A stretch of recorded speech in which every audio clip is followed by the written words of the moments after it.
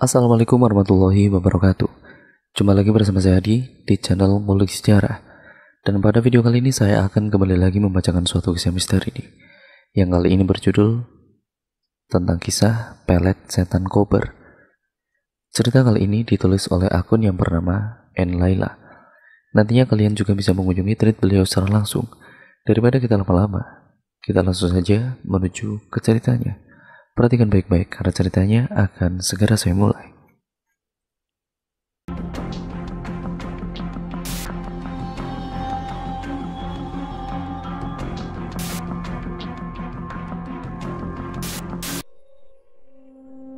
Pagi itu sedang ada acara rapat di kecamatan. Beberapa perangkat desa semuanya berkumpul di kecamatan tersebut. Kina yang menemani suaminya juga datang ke acara rapat tersebut. Suami Kina berprofesi sebagai bawahan kepala desa.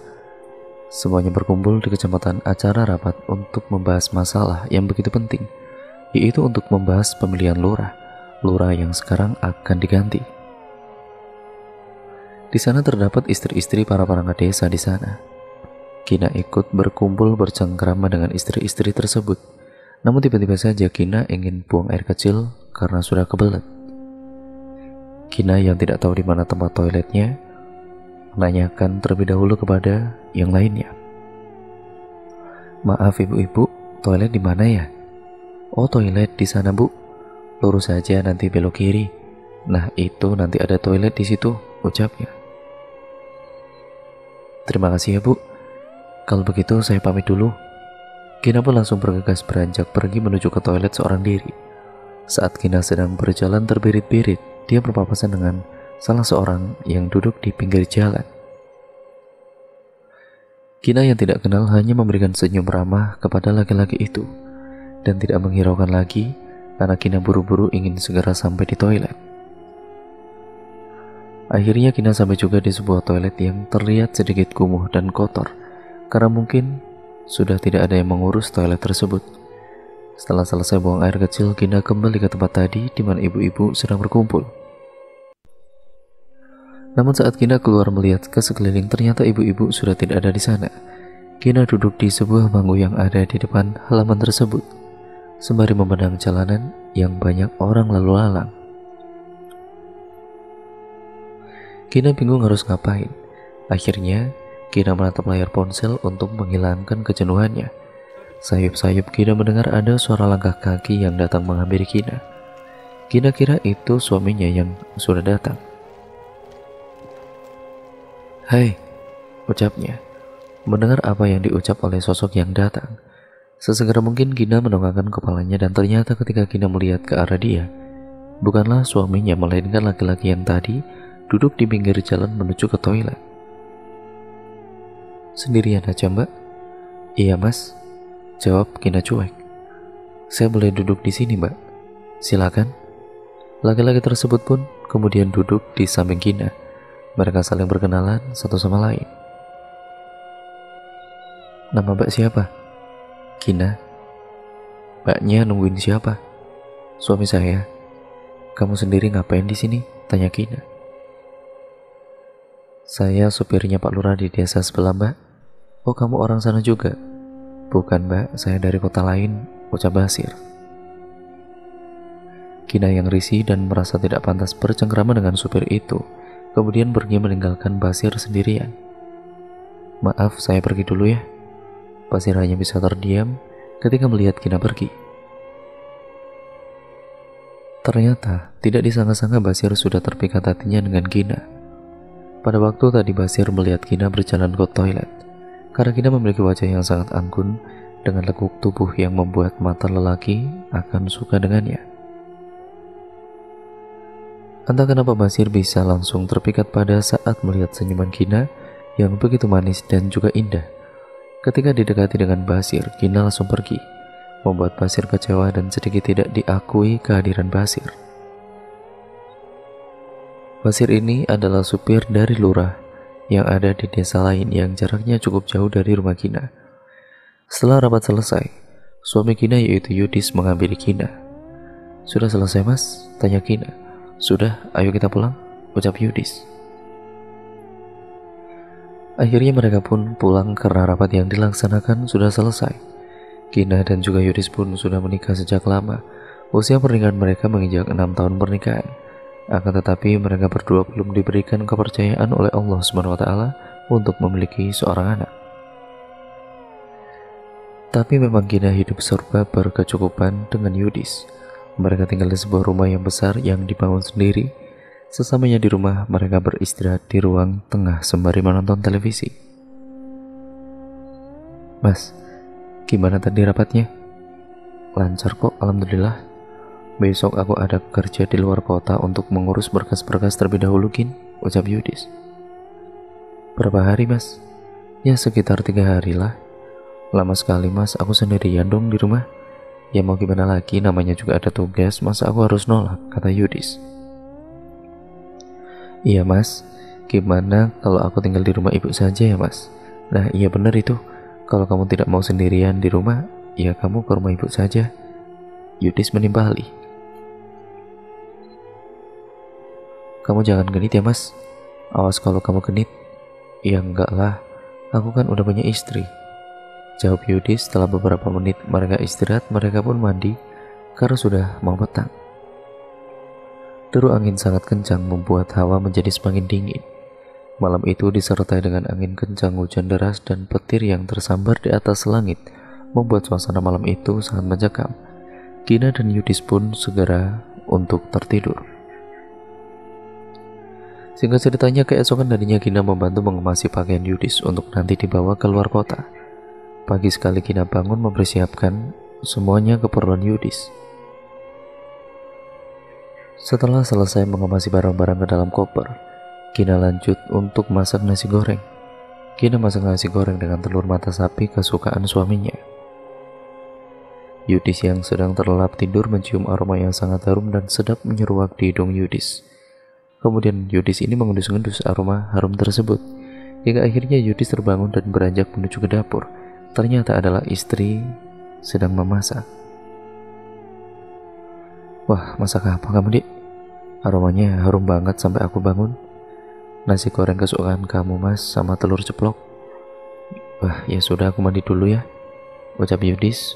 Dan iya, Mas, mending kamu mandi dulu sana, jawab Kina. Beberapa saat kemudian Yudis selesai mandi dan menghampiri Kina. Ayo, Mas, sarapan dulu, sudah matang nih, masih panas, ucap Kina. Dan dengan tergugah selera Yudis langsung menyantap dengan lahap nasi goreng buatan Kina itu. Kamu berangkat jam berapa, Mas? Itu sudah aku siapin semuanya perlengkapan kamu. Sebentar lagi juga aku berangkat, Kin. Ya jam 7 lah, jawab Yudis. Makasih ya, kamu sudah menyiapkan semuanya. Iya, Mas, kan sudah tugas aku jadi istri. Singkat ceritanya, Yudis sudah berangkat ke kota, sedangkan Kina dia mampir ke rumah ibu untuk menginap di sana. Assalamualaikum. Waalaikumsalam, jawab adik Kina.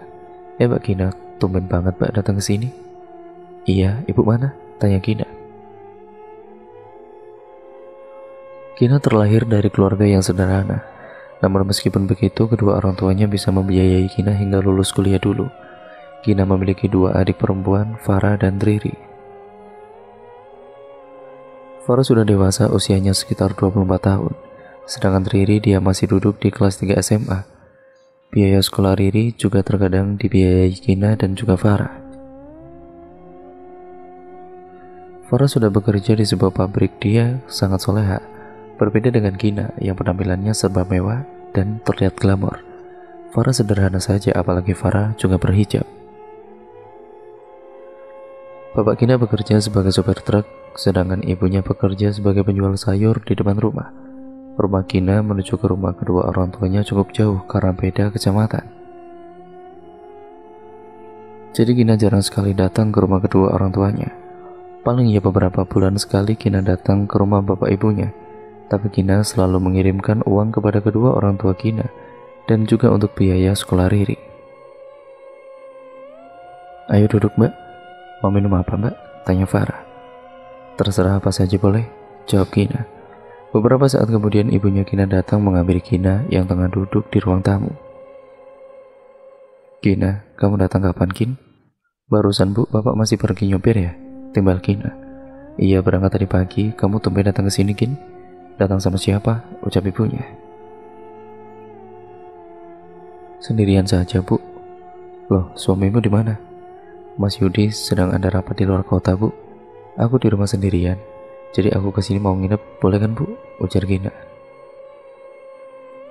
Memangnya Yudis itu mau sampai kapan berada di kota? Tanya ibunya Gina. 3 hari, Bu, katanya, jawab Gina. Iya, Ibu senang kalau kamu mau tidur dan nginep di sini. Rumah kan jadi ramai lagi, kata ibu Gina. Singkat ceritanya, Gina pun menginap di rumah orang tuanya dan tidur bersama dengan Farah. 3 hari telah berlalu. Gina berpamitan untuk pulang ke Bali karena suami Gina sudah mau pulang. Bu, aku pulang dulu ya, Bu. Makasih sudah perbolehkan aku menginap di sini. Buru-buru banget, Gin. Ya pasti diperbolehkan lah, Gin. Kamu kan anak ibu, ujar ibu Gina. Iya, Bu, Mas Yudi sebentar lagi mau pulang. Ya sudah, kamu hati-hati ya di jalan. Nanti kapan-kapan kamu mampir lagi ke sini. Gina pun langsung pulang dengan mengendarai sepeda motornya. Jarak ke rumah Gina itu sekitar 30 menit. Sesamanya Gina di rumah, ternyata Mas Yudi sudah sampai di rumah terlebih dahulu. Gina melihat mobil milik suami sudah terparkir di depan rumah. Loh, Mas, sudah pulang kamu? Ya, barusan aja sampai nih. Maaf ya, Mas, aku terlambat. Gak apa-apa, Gin. Kamu kan jadi nginep di rumah ibu ya? Tanya Yudis. Iya, jadi Mas, karena aku di rumah sendirian. Kamu mau mandi sekarang, Mas? Kalau mau mandi sekarang biar aku masak air terlebih dahulu ya. Iya, boleh, jawab Yudis sembari membaringkan tubuhnya di sofa di depan televisi. Sore itu Gina pergi ke dapur untuk masak air untuk Yudis mandi. Kemudian setelah masak air, Gina tinggal terlebih dahulu ke tempat Yudis. Koper kamu mana, Mas? Itu masih ada di dalam mobil, jawab Yudis. Lalu Gina pun mengambil koper yang ada di dalam mobil. Koper tersebut dibawa Gina masuk. Kok kopernya tambah berat ya, Mas? Iya, ada oleh-oleh juga, buka aja, ucap Yudis. Gina pun membuka koper tersebut untuk melihat oleh-oleh dari Yudis. Wah, banyak sekali, Mas, oleh-olehnya. Iya, nanti kan buat cemilan, sama nanti buat bapak ibu juga, ujar Yudis. Hampir lupa Gina kalau dia sedang masak air. Segeralah Gina menuju ke dapur dan melihat airnya ternyata sudah mendidih. Mas, ini airnya sudah siap, teriak Gina. Iya, jawab Yudis dengan singkat. Malam hari tiba Yudis dan Gina berada di kasur kamarnya. Gina memicu tubuh Yudis yang kecapean karena perjalanan jauh. Kamu capek banget ya, Mas? Tanya Gina. Iya nih, badannya terasa sakit semua, ucap Yudis. Besok gak usah berangkat aja, Mas. Nanti kamu malah sakit. Ya gak apa-apa kok, nanti minum obat juga sembuh. Kalau kamu dibilangin ngeyel ya, Mas, kamu itu. Gina sembari mencubit tubuhnya Yudis. Oh iya, gimana rapatnya, Mas? Lancar? Lancar, alhamdulillah. Gina dan Yudis pun dulu bertemu di kampus. Mereka seangkatan dan mereka jatuh cinta pada saat acara kuliah kerja nyata atau KKN. Mereka cinlok atau cinta lokasi. Yudis mulai menemukan benih-benih cinta, begitu juga dengan Gina. Hingga akhirnya mereka berdua menjalin hubungan. Setelah lulus kuliah, Yudis dan Gina langsung melangsungkan pernikahan. Yudis terlahir dari kalangan orang yang berkecukupan, berbeda dengan Gina yang hidup sederhana, tapi meskipun begitu, kedua orang tua Yudis mau menerima Gina sebagai menantu. Dan pernikahan keduanya itu berjalan hingga sekarang sampai 6 tahun. Namun sayangnya pernikahan mereka dihantam cobaan yang tidak diduga oleh Gina selama ini. Pagi itu Yudis berangkat bekerja seperti biasanya. Sebelum berangkat bekerja, Yudis berpamitan terlebih dahulu kepada Gina. Aku berangkat kerja dulu ya, ucap Yudis sembari mengecup kening Gina. Iya, Mas, kamu hati-hati ya, jawab Gina. Yudis pun segera untuk berangkat ke kantor. Sedangkan Gina kembali masuk ke dalam rumah untuk beres-beres rumah yang masih berantakan. Setelah semuanya kegiatan itu telah selesai, Gina memanjakan dirinya untuk me time dengan menonton televisi sembari memakan cemilan oleh-oleh dari suaminya. Jam demi jam, menit demi menit, detik demi detik. Waktu terus berputar hingga petang Gina itu menunggu Yudis di depan pintu dengan kepala ke kanan ke kiri, melihat sekeliling menunggu kedatangan Yudis yang tidak kunjung pulang juga. Dengan kecemasan yang terlukis pada wajah Gina dan kekhawatiran Gina karena Yudis belum juga datang. Padahal biasanya jam segini Yudis sudah datang. Sayup-sayup terdengar suara azan maghrib. Gina pun masuk ke dalam rumah serta menutup pintu rumah rapat-rapat. Gina duduk di sofa ruang tamu sembari melihat dari balik jendela, namun tidak juga kunjung datang. Nafsu makan Gina menjadi menurun. Dia tidak makan malam itu karena mengkhawatirkan Yudis yang belum kunjung datang. Sudah berkali-kali Gina menghubungi Yudis, akan tetapi tidak juga diangkat dan tidak dibalas sama sekali oleh Yudis. Malam itu Gina tidur sendiri namun tidak tenang dan tidak bisa tidur karena memikirkan keberadaan suaminya. Jam dinding terus berputar, akan tetapi Yudis belum juga datang, hingga akhirnya Gina tidak bisa tertidur. Pagi hari sekali Gina langsung bangun dari tempat tidur dengan mata panda yang terlihat karena tidak tidur malam tadi. Gina segera bersiap-siap untuk mandi. Gina berniat untuk pergi ke rumah salah satu rekan kerja dari Yudis untuk menanyakan di mana keberadaan Yudis. Dengan mengendarai sepeda motor, Gina beranjak pergi ke tempat rekan kerja. Assalamualaikum. Waalaikumsalam. Jawab seseorang dari balik pintu. Pagi Pak, saya mau bicara boleh? Tanya Gina. Boleh, silakan masuk. Kemudian Gina pun masuk ke dalam rumah rekan kerja itu dan duduk di ruang tamu. Jadi gini Pak, saya mau tanya sebenarnya pekerjaan suami saya itu sebagai apa ya Pak? Sampai jam segini kok belum pulang juga, apa harus lembur sampai pagi? Sudah saya hubungin berkali-kali tapi tidak diangkat dan tidak dibalas juga Pak. Mau saya datangi ke kantor, ya saya tidak enak Pak, jelas Gina.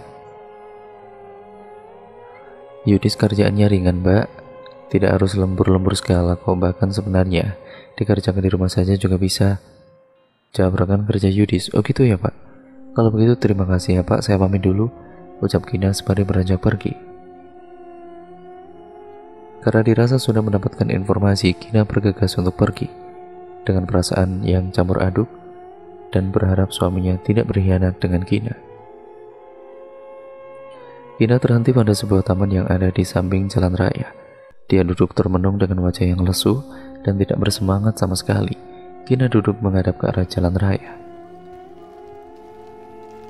Basir yang saat itu sedang mengendarai mobil melewati jalan depan taman, melihat dengan jelas ada seorang wanita yang duduk termenung sendirian di taman, dan Basir mengenali wanita itu. Basir pun menepikan mobilnya dan segera menghampiri Gina. Sendirian aja Mbak? Tanya Basir seketika Gina terperanjat kaget mendengar ucapan itu dan langsung menghadap ke arah sumber suara. Kemudian Basir duduk di samping Gina, akan tetapi Gina menggeser tubuh dari tempat duduk yang semula. Mbak, saya lihat wajahnya kok terlihat murung seperti itu, ada masalah ya? Tanya Basir. Bukan urusan kamu, lebih baik kamu anggap kita nggak saling kenal aja lah. Saya nggak level sama kamu, ucap Gina. Lalu Gina beranjak pergi dari taman tersebut. Sedangkan Basir masih terduduk dan hatinya bagai disayat-sayat mendengarkan ucapan dari Gina yang seakan merendahkan Basir sebagai seorang supir saja. Kemudian dengan lesu dan rasa kecewanya, Basir beranjak kembali ke dalam mobil untuk pergi menjemput Pak Lurah. Dengan derayan air mata, Gina melajukan sepeda motor perlahan-lahan. Sesamanya di rumah, Gina terkejut karena ternyata Yudis sudah terlihat di dalam rumah. Dari mana kamu? Tanya Yudis dengan tegas. Dari rumah teman Mas.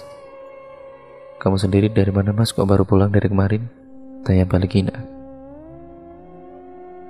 Sudah, kamu gak usah pikir macam-macam Gin. Aku itu semalam nginap dan juga nongkrong di rumah teman lama. Mendengarkan apa yang dikatakan Yudis, Gina sedikit lega tapi belum sepenuhnya percaya. Akhir-akhir ini sikap Yudis makin cuek dengan Gina. Entah apa sebabnya, membuat pertengkaran antara mereka berdua selalu terjadi di setiap harinya. Kina yang sudah tersulut emosinya sampai membanting barang yang ada di dalam rumahnya. Meskipun dengan bentakan yang kasar, Yudis tidak sampai ringan tangan kepada Kina.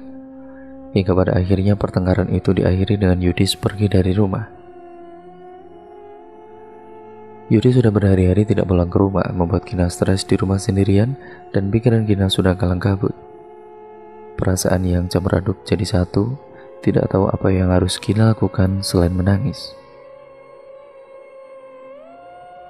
Untuk menghilangkan kejenuhan, Kina pergi ke salah satu mall untuk shopping memanjakan dirinya dan mengurangi stres pada diri Kina. Kina datang sendirian ke mall tersebut.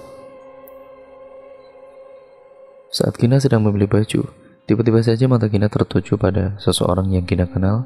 Sedang berjalan di koridor mall, Kina ini memutuskan untuk menghentikan aktivitas membeli bajunya itu, lalu menghampiri orang yang Kina kenal. Dan betapa terkejutnya Kina ketika mengetahui bahwa laki-laki tersebut adalah suaminya yang sedang berjalan bermesraan berdua merangkul wanita itu. Hati Kina sangat tersayat-sayat. Sakit rasanya melihat suaminya telah berkhianat dengan wanita idaman lain. Kina mencoba berjalan mendekati Yudis dan perempuan itu dan plak. Sebuah tamparan keras melayang pada pipi Yudis sehingga berwarna merah. Tega ya kamu, Mas? Dia siapa, Mas? Kina, aku bisa jelasin, Kin. Aku bisa jelasin semua ini. Namun Kina beranjak untuk pergi meninggalkan mereka berdua. Yudis yang selingkuh bukannya mengejar istrinya tapi malah memilih wanita itu. Begitu sakit dan hancurnya hati Kina ketika melihat di depan kedua matanya sendiri suaminya telah berkhianat. Kina menunggu di ruang tamu dengan air mata yang terus bercucuran. Bukannya mendapat kesenangan ketika Kina pergi ke mall, tapi malah penderitaan dan sakit hati yang dirasakan oleh Kina bertubi-tubi.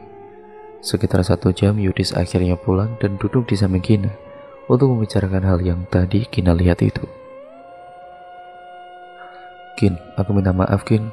Aku hilaf, aku janji tidak akan mengulangi kesalahan itu lagi. Aku mohon kamu maafin aku ya, Kin. Kita kembali lagi dari awal, ucap Yudis. Aku sudah meninggalkan dia, Kin. Aku mau memperbaiki hubungan kita, tambah Yudis. Dengan rasa keraguan dan kebimbangan Kina, Yudis terus meyakinkan Kina. Aku mau Mas melanjutkan hubungan ini. Kamu janjikan tidak akan mengulangi hal itu lagi. Iya, aku janji, Kin, jawab Yudis sembari memeluk tubuh Kina. Singkat ceritanya, beberapa bulan kemudian Kina dinyatakan oleh dokter kalau Kina ini tengah hamil anak pertamanya. Kabar gembira itu datang kepada sepasang suami istri yang telah lama menginginkan buah hati. Kina dan Yudis semakin harmonis hubungannya karena Yudis begitu perhatian kepada Kina. Setelah Kina hamil, semua keinginan dari jabang bayi selalu Yudis turuti. Hingga usia kehamilan Kina sudah beranjak pada 5 bulan kehamilan. Kina dan Yudis berencana untuk pergi ke sebuah toko perlengkapan anak. Kina akan berjalan dan juga berbelanja perlengkapan bayinya nanti ketika lahiran. Mereka akhirnya pergi ke toko perlengkapan bayi dan di sana Kina sangat bahagia sekali melihat baju-baju bayi yang lucu-lucu dan imut-imut sekali. Namun saat Kina keluar dari depan toko tersebut, Yudis sedang izin ke toilet. Ternyata di situ Kina melihat ada Basir, supir Pak Lurah. Ternyata Basir mengantarkan Ibu Lurah yang sama-sama sedang hamil dan sedang berbelanja keperluan bayinya nanti untuk anak keempatnya. Mbak Kina, apa kabar Mbak? Tanya Basir. Namun Kina terlihat cuek dengan Basir dan jawabannya juga sangat cuek. Baik, jawab Kina dengan ketus. Beli perlengkapan bayi juga ya Mbak? Iya, jawab singkat Kina. Kan sudah saya peringatkan kalau kamu itu jangan dekat-dekat dengan aku lagi. Anggap saja kita tidak saling kenal, ucap Kina. Namun Basir hanya tersenyum ramah kepada Kina seperti ada maksud tertentu.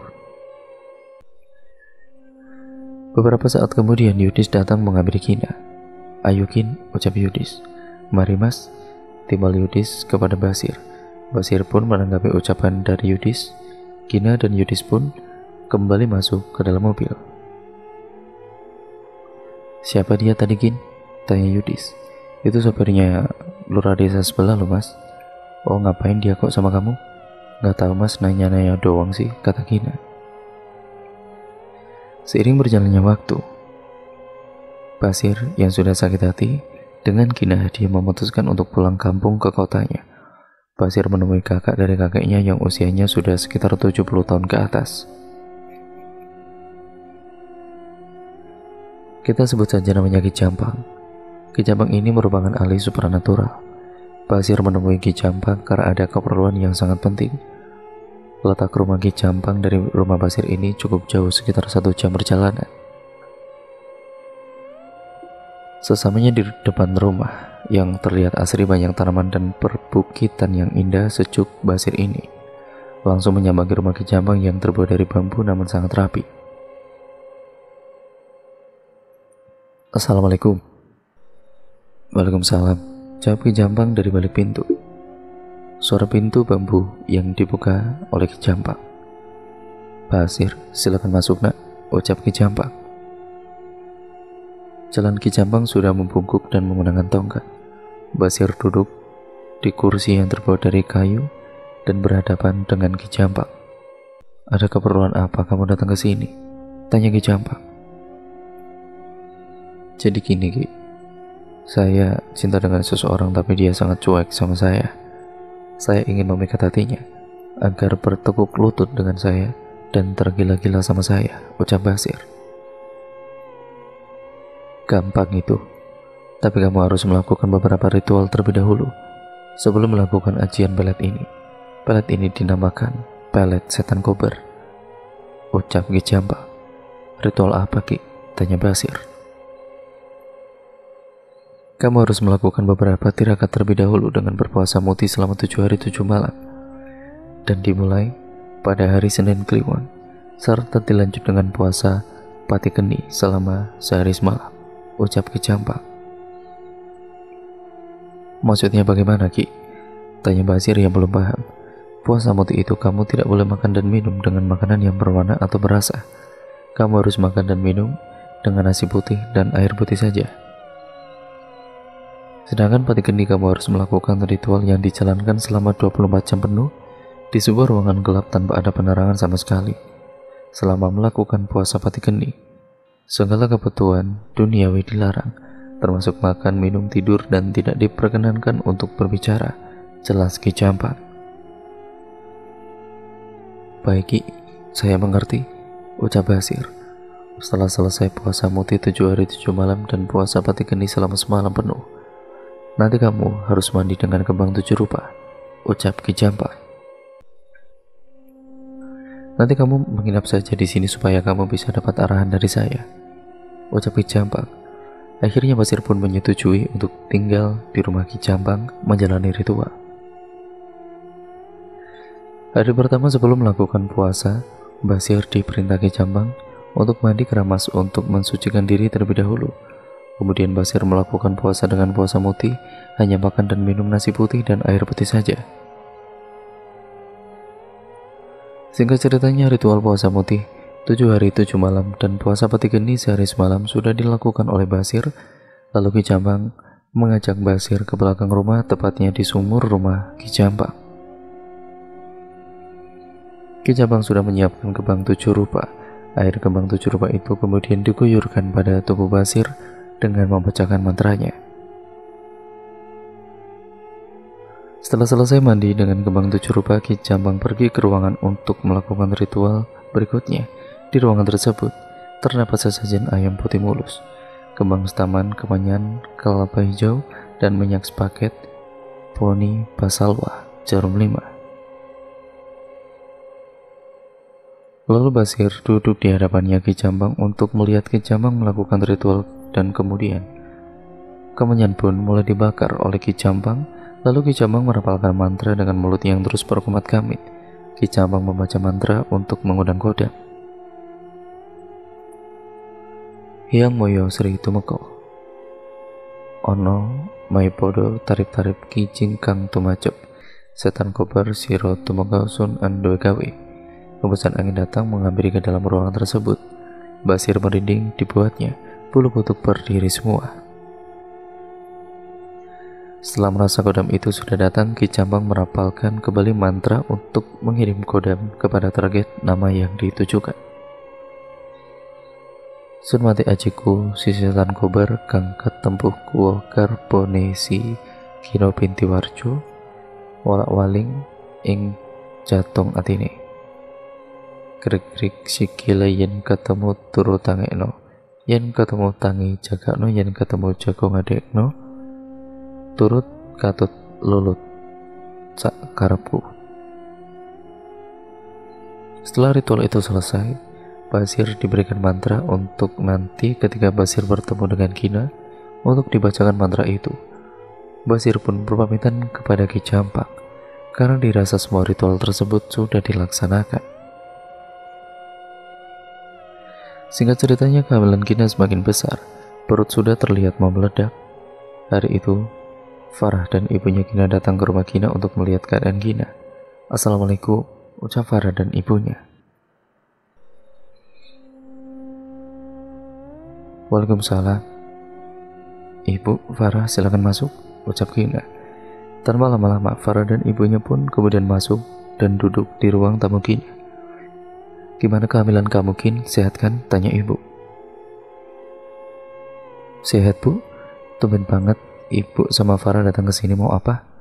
"Ya mau nengokin kamu lah, Din. Ya mau tahu gimana keadaan kamu dan juga mau main," ucap ibu Kina. "Oh iya Mbak, aku mau kasih tahu sama Mbak kalau aku sebulan lagi mau lamaran Mbak." "Wah, sama siapa Farah?" "Sama anaknya seorang pengurus pondok pesantren Mbak," jawab Farah. "Syukurlah kalau begitu, kamu tidak akan sendiri lagi. Nanti aku kenalin deh kepada Mbak kesini ya kapan-kapan." "Iya Far." "Oh iya Bu, sama Farah mau minum apa?" "Apa aja deh," jawab ibu. Kina pergi menuju ke dapur untuk mengambilkan minuman untuk Farah dan ibunya. Beberapa saat kemudian Kina datang dengan membawakan minuman dan beberapa cemilan. "Silakan diminum," ucap Kina. "Terima kasih ya Kin. Suami kamu di mana Kin?" tanya ibu. "Masih kerja Bu." "Oh iya, ibu lupa. Maklum sudah tua," kata ibu Kina. Mereka saling bercengkrama satu sama lain. Adik Kina yang terakhir tidak ikut karena masih sekolah. Singkat ceritanya, suatu ketika ada acara rapat kantor Yudis. Tidak lupa, Kina juga diajak meskipun sudah hamil besar, dan Kina juga tidak keberatan untuk ikut mendampingi suaminya. Di tempat tersebut lagi-lagi Kina bertemu dengan Basir. Namun Kina tidak mau menatap ke arah Basir karena Kina malas. Entah kenapa saat Kina sedang duduk di depan kantor tersebut, Basir menghampiri Kina. Mbak Kina, sendirian aja Mbak?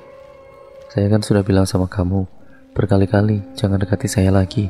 Saya tahu kalau kamu itu suka sama saya, tapi ya sadar diri dong. Kamu itu kerjanya apa? Dan saya kan sudah punya suami. Mikir, ucap Kina dengan ketus. Karena sudah naik pitam dan hatinya sangat panas sekali mendengar apa yang dikatakan oleh Kina, Basir langsung tersenyum ramah dengan bibir yang menyungging ke hadapan Kina. Di dalam hati Basir, dia merapalkan mantra yang sudah dihafalkan dan sudah diberikan oleh Ki Campang. "Ingsun amata ajiku setan kober siro ingsun kongkon lebonono atine si jabang bayine Kina binti warjo yen ketemu turu kugahan yen ketemu turun lumahono yen ketemu lungguh adakno yen ketemu ngadek perenekno ketemu ingsun ojo pati-pati mulai yen ora bareng karo kekasih ingsun teko welas teko ase si jabang bayi Kina binti warjo marang ingsun." Kemudian Basir menginjakkan kaki ke lantai yang dipijaknya 3 kali pijakan, membuat Kina yang melihat kelakuan Basir merasa heran. Kemudian karena sudah merasa puas dan Basir sudah merapalkan mantranya kepada Kina, Basir langsung pergi meninggalkan Kina tanpa berkata sepatah kata pun. Singkat ceritanya, Kina seperti orang yang linglung, sikapnya berubah kepada Yudis. Kina Setiap malam selalu kepikiran wajah Basir, dan ketika mengingat wajah Basir, Kina senyum-senyum sendiri seperti orang gila.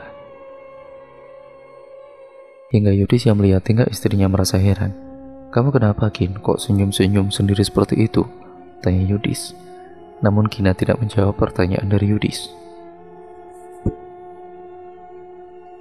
Pagi harinya Yudis mendapat tugas kembali keluar kota untuk rapat. Entah kenapa Kina merasa senang sekali karena ditinggal oleh Mas Yudis, padahal biasanya kalau ditinggal Yudis, Kina selalu sedih dan galau karena di rumah sendirian. Setelah Yudis berangkat keluar kota untuk rapat dengan perut hamil besar, Kina berkeliaran naik angkutan umum mencari keberadaan rumah Basir. Dan entah dari mana Kina tahu rumah Basir. Seperti ada yang sengaja mengantarkan diri Kina mengunjungi rumah Basir. Sampailah di sebuah rumah kontrakan yang ukurannya tidak terlalu besar dan tidak terlalu kecil, sedang-sedang sajalah. "Assalamualaikum," ucap Kina di depan pintu rumah kontrakan Basir. Basir yang saat itu sedang menonton televisi karena sedang libur kerja, mendengar suara yang seperti dikenal oleh Basir. Dengan terburu-buru Basir membukakan pintu rumah kontrakan. "Waalaikumsalam," jawab Basir, serta terkejut melihat ada Kina yang tiba-tiba di depan rumah. "Pelesetan kubur itu ampuh juga ternyata," gumam Basir dalam hati. Lalu Kina pun dibawa masuk ke dalam rumah kontrakan Basir. Rumah kontrakan itu dikunci rapat-rapat oleh Basir, dan akhirnya mereka melakukan hubungan terlarang yang bukan suami istri. Padahal kan Kina masih hamil. Mereka saling berjumpa dan Kina merasa senang karena bisa dekat dengan Basir. Hingga akhirnya Kina menginap di rumah Basir. Basir sangat senang sekali karena pujaan hatinya telah terpikat dengan Basir. Setiap malam mereka saling bercinta. Singkat ceritanya, setelah 3 hari Yudis pun pulang ke rumah, begitu juga dengan Kina yang pulang ke rumah. Hari itu juga Kina mengeluh sakit pada perutnya. Kemungkinan ya Kina sedang mengalami kontraksi dan akan melahirkan. Dengan sigap Yudis membawa Kina ke rumah sakit. Dengan rasa cemas dan panik, Yudis terus berdoa demi kelancaran kehamilan Kina. Beberapa jam kemudian akhirnya anak Yudis dan Kina telah lahir ke dunia. Buah hati mereka berjenis kelamin perempuan dan cantik juga sehat. Namun Kina bukannya senang melihat anaknya lahir. Kina terlihat sangat murung sekali dan seperti tidak menginginkan kehadiran bayinya itu. Saat di rumah juga, ya sama Kina tidak mau memberikan ASI kepada anaknya tersebut. Malam harinya Kina bermimpi dia berada di dalam hutan yang rimba, dan hutan itu terlihat sangat sepi sekali, tidak ada orang satupun, dalam keadaan yang sangat sepi dan gelap gulita. Tiba-tiba saja tubuh Kina terlilit ular yang sangat besar, membuat tubuh Kina tidak bisa bergerak dan sesak pada dadanya karena ular itu melilit dengan sangat kuatnya. Mata Kina sampai terbelalak karena sakit menahan lilitan ular tersebut. Tiba-tiba di dalam hutan tersebut Kina melihat sebuah pancaran yang terang dengan perlahan menghampiri ke arah Kina, dan cahaya itu berubah menjadi asap tebal serta berbentuk sosok yang sangat menyeramkan menatap ke arah Kina dengan tajam. Sosok itu dengan tubuh tinggi besar berwarna merah, dengan mata yang tajam dan merah menyala, gigi taring yang panjang dan besar serta tajam keluar dari dalam mulutnya. Sosok itu baunya sangat busuk sekali menyeruak di hidung Kina. Namun Kina tidak bisa menutup hidungnya itu karena tubuhnya itu telah dililit oleh ular yang berwarna hitam yang sangat besar sekali ukurannya. Kina merasa seperti mau meninggal karena tercekik oleh lilitan ular itu. Hingga akhirnya ada sosok kakek tua yang entah dari mana asalnya datang menghampiri, dan tiba-tiba saja sosok itu menghilang serta ular yang melilit di tubuh Kina perlahan melepaskan lilitannya. Karena sesak pada dadanya, Kina kemudian terperanjat bangun dari tidurnya. Dengan napas yang terengah-engah, saat itu juga Kina teriak. Yudis yang berada di samping Kina ikut terperanjat bangun. Yudis kemudian menanyakan kepada Kina. Kina masih dalam kondisi dengan napas yang terengah-engah dan tubuh yang penuh dengan keringat membasahi tubuh Kina. "Kamu kenapa?" tanya Yudis. Aku mimpi buruk mas, jawab Kina. Makanya sebelum tidur kamu baca doa terlebih dahulu. Iya mas, tadi soalnya aku kecapean jadi tidur dengan sendirinya, jawab Kina. Yudis kembali melanjutkan tidurnya sedangkan Kina tidak bisa tidur.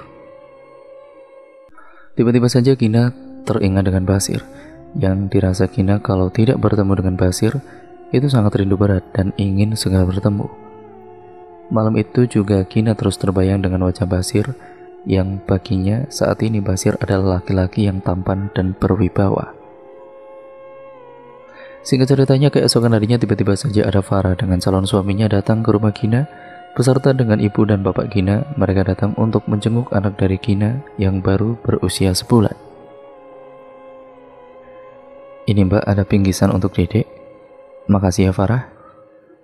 Lalu kemudian ibunya Kina yang sama memberikan bingkisan kepada Kina. Ini ibu juga bawakan bingkisan buat kamu Kin sama anak kamu, ucap ibunya.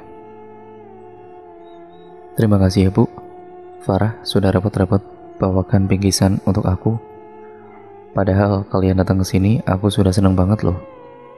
Saat itu Kina masih tersadar normal, seperti biasa tidak memikirkan Basir sama sekali.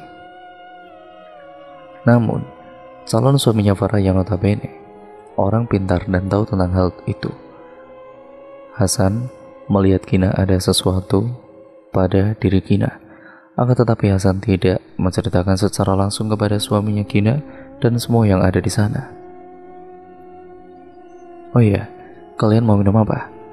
Terserah saja Kin. Lalu Kina pun masuk ke dalam dapur untuk membuatkan minuman dan hidangan camilan. Beberapa saat kemudian Kina datang membawakan minuman di atas penampan. Silakan diminum. Semua memperhatikan anak Kina dan Yudis yang sangat cantik dan lucu itu. Singkat ceritanya, hari demi hari telah berganti. Sikap Kina semakin aneh, tidak pernah mau mengurus anaknya yang masih bayi itu. Selalu Yudis yang mengurus dan memberi susu dengan susu formula, karena Kina sama sekali tidak mau memberikan ASI kepada buah hatinya itu.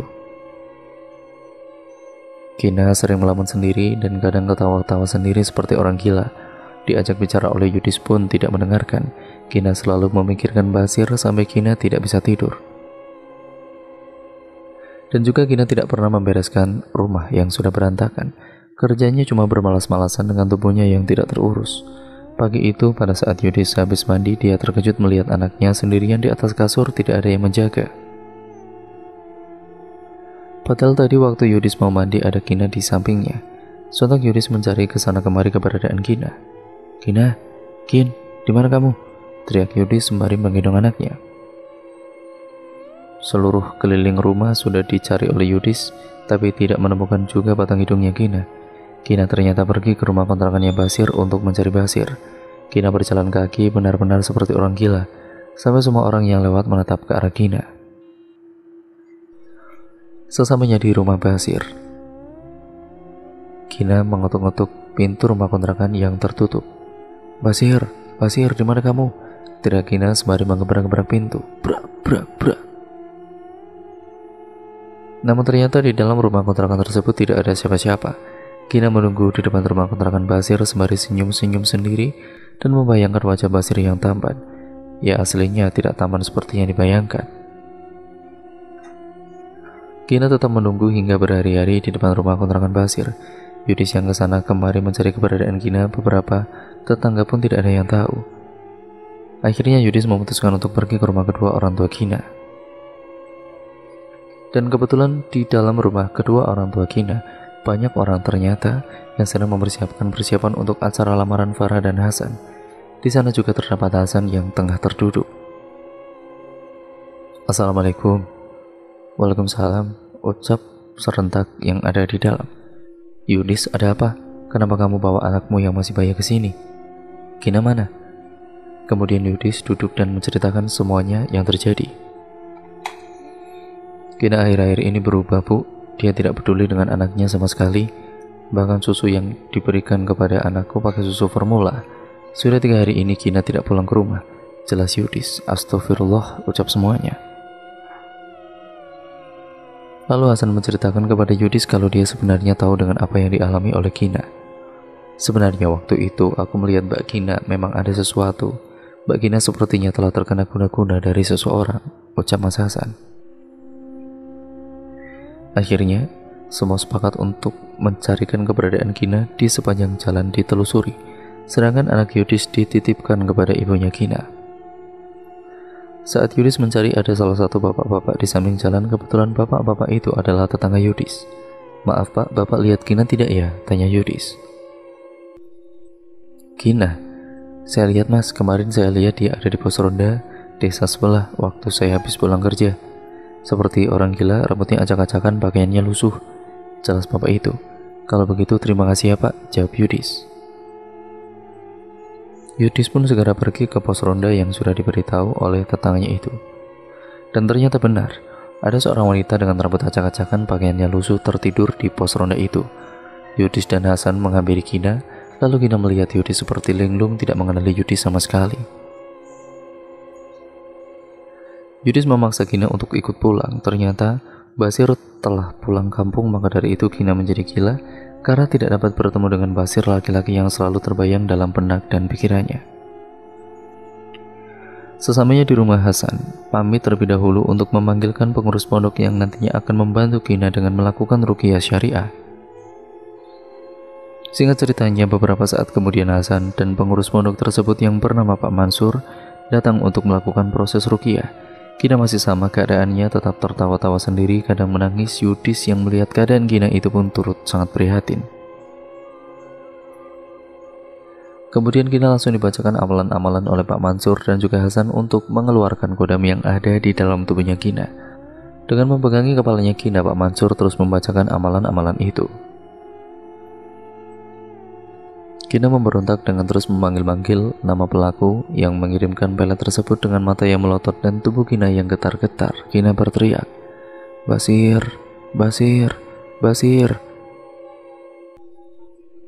Saat itu juga tubuh Gina pun telah dipengaruhi oleh kodam yang ada di dalam tubuh Gina. Dengan semakin kencang dan keras Pak Mansur membacakan amalan tersebut tepat di telinga Gina. Gina terus memberontak, tubuhnya semakin kejang-kejang. Bismillahirrahmanirrahim. Allahu Akbar, Allahu Akbar.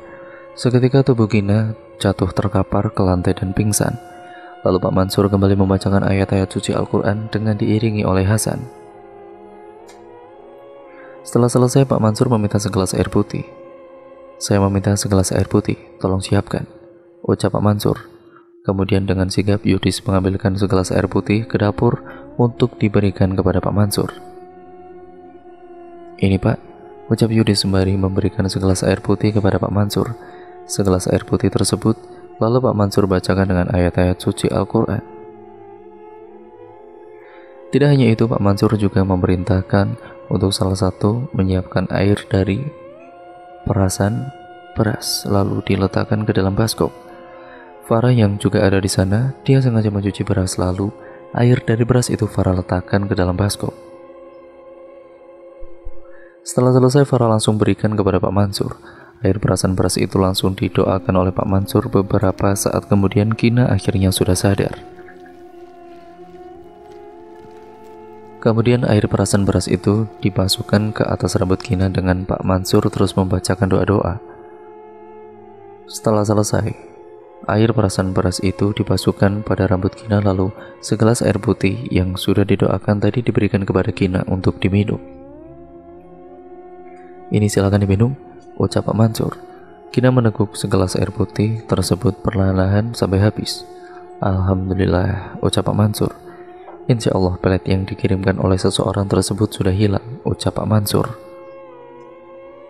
Dan sekarang Gina kembali normal seperti dulu lagi. Sekarang Gina sudah berhijab dan menjadi istri serta ibu yang lebih baik lagi. Hingga tiba di mana hari lamaran Farah dan Hasan, Gina, Yudis serta anaknya datang ke acara lamaran Farah dan Hasan. Acara lamaran tersebut berjalan dengan lancar tanpa ada halangan satu apapun. Setelah acara lamaran itu selesai, hari berikutnya Yudis ingin mencari tahu siapa Basir itu. Yudis mencari tahu tanpa izin terlebih dahulu kepada Gina. Yudis pergi secara diam-diam. Yudis pertama kali datang ke rumah lurah tempat Basir bekerja sebagai supir. Kebetulan Yudis kenal dengan lurah tersebut. Yudis meminta alamat kontrakan Basir. Setelah mendapatkan rumah alamat kontrakan itu, Yudis langsung datang ke rumah kontrakan itu. Namun saat Yudis ke sana terlihat rumahnya tertutup rapat. Ada salah satu tetangga yang menghampiri Yudis. "Maaf mas, cari siapa ya? Apa benar ini kontrakan atas nama Basir, Pak?" "Benar mas, tapi sekarang Basir sudah kembali ke kota halamannya. Tidak lagi tinggal di sini," ucapnya. Yudis pun akhirnya kembali pulang ke rumah lurah tersebut untuk meminta alamat rumah Basir yang ada di kotanya. Dan akhirnya Yudis mendapatkan alamat rumahnya Basir. Dengan menggunakan mobilnya, Yudis pergi ke kota Basir. Namun sesampainya di kota Basir tersebut dan desa Basir, Yudis kebingungan karena tidak tahu di mana rumahnya Basir. Akhirnya Yudis menanyakan kepada warga setempat. "Permisi, mau tanya, rumahnya Basir itu di mana ya Pak?" "Oh, rumahnya Mas Basir itu ada di pojok gang paling ujung mas," ucap bapak itu sembari menuju ke arah denah yang ditunjuk. "Terima kasih ya Pak, kalau begitu saya pamit dulu," ucap Yudis. Yudis menghidupkan kembali mesin mobil dan berjalan menuju ke rumah Basir yang sudah ditunjukkan oleh bapak tadi. Yudis sampai di rumah Basir sore hari. Terlihat di depan rumah ada seorang perempuan yang tengah menyapu. "Assalamualaikum." "Waalaikumsalam, nyari siapa mas?" tanya wanita itu. "Apa benar ini rumah Basir?" "Saya mau bertemu dengan Basir," ucap Yudis terang-terangan. "Iya benar mas, silahkan masuk ke dalam," jawabnya. Yudis pun diantarkan masuk ke dalam rumah dan diantarkan masuk ke dalam kamar Basir. Terlihat Basir dengan mata yang melotot, mulutnya menganga dan tubuhnya bau busuk. "Basir kenapa bu?" tanya Yudis kepada ibu Basir. "Basir sudah 3 hari ini telah mengalami sakaratul mautnya. Sudah didoakan dengan beberapa orang pintar, namun katanya Basir tidak bisa disembuhkan," jelas ibu Basir sembari meneteskan air mata. Rasa dendam yang ada di dalam diri Yudis seketika melebur ketika melihat keadaan Basir yang sangat memprihatinkan. Yudis mendekat ke arah Basir, seperti tahu ada orang yang datang dan Basir tahu kalau itu adalah suaminya Gina. Basir meneteskan air matanya namun tidak bisa bicara sama sekali. Dendam yang melekat dalam diri Yudis pun perlahan Yudis dapat menerima dan memaafkan Basir. "Saya sudah memaafkan kamu. Istri saya juga sudah memaafkan kamu juga pastinya. Semoga kamu cepat sembuh ya," ucap Yudis di telinga Basir. Yudis pun berpamitan kepada semua yang ada di sana untuk pulang ke rumah. Singkat ceritanya, Yudis mendapatkan kabar dari lurah tempat Basir bekerja sebagai supir itu ya kalau Basir telah meninggal dunia dalam keadaan mata melotot dan mulut menganga, serta di sekujur tubuh Basir terbakar warnanya hitam legam. Itu semua karena akibat kiriman yang telah dilakukannya. Kodam yang dikirim kepada Gina berbalik kepada Basir dan murka. Maka dari itu Basirlah yang menanggung akibatnya. Dan sekarang Gina serta Yudis bisa hidup dengan damai dan tenang serta keluarganya menjadi harmonis. Semoga kita selalu dijauhkan dari rasa sakit yang seperti itu. Selalu dijauhkan dengan rasa sakit hati yang menjadi dendam dengan cara menyakiti korban. Namun siapa sangka karma itu akan tetap selalu ada, dan siapa yang berbuat pasti akan mendapatkan balasannya. Dekatkan diri kita kepada Allah SWT dan pertebal iman kita. Dan cerita pun akhirnya selesai sampai di sini. Terima kasih untuk kalian semua yang sudah menyimak video kali ini dan cerita kali ini. Semoga kalian terhibur dan jangan lupa like, comment, dan share serta subscribe channel ini untuk kalian yang belum. Terima kasih atas perhatian kalian. Video ini saya akhiri. Semoga kalian dapat mengambil pembelajarannya dan hikmah positifnya. Dan yang buruk kalian buang jauh-jauh ya teman-teman. Sampai berjumpa di video terbaru selanjutnya dari channel ini. Wassalamualaikum warahmatullahi wabarakatuh.